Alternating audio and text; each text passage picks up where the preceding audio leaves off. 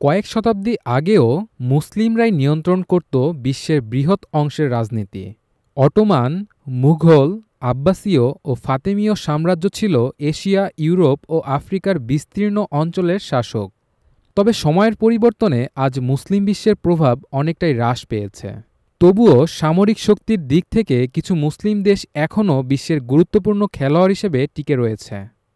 সামরিক পর্যবেক্ষণ সংস্থা গ্লোবাল ফায়ার পাওয়ারের ২০২৫ সালের রিপোর্ট অনুযায়ী মুসলিম বিশ্বের সবচেয়ে শক্তিশালী সামরিক দেশ হল তুরস্ক, যার অবস্থান বৈশ্বিক র্যাঙ্কিংয়ে নবম।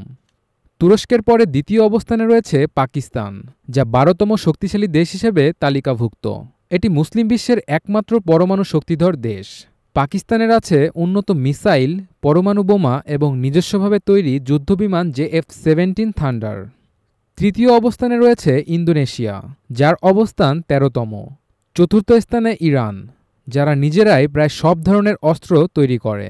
পশ্চিমা নিষেধাজ্ঞা সত্ত্বেও ইরান পরমাণু ক্ষমতাসহ সামরিক খাতে আত্মনির্ভরতা অর্জনের চেষ্টা চালিয়ে যাচ্ছে। পঞ্চম স্থানে রয়েছে মিশর, যা আফ্রিকার সবচেয়ে শক্তিশালী সামরিক দেশ। এরপর রয়েছে সৌদি আরব, মুসলিম বিশ্বের মধ্যে ষষ্ঠ শক্তিশালী দেশ।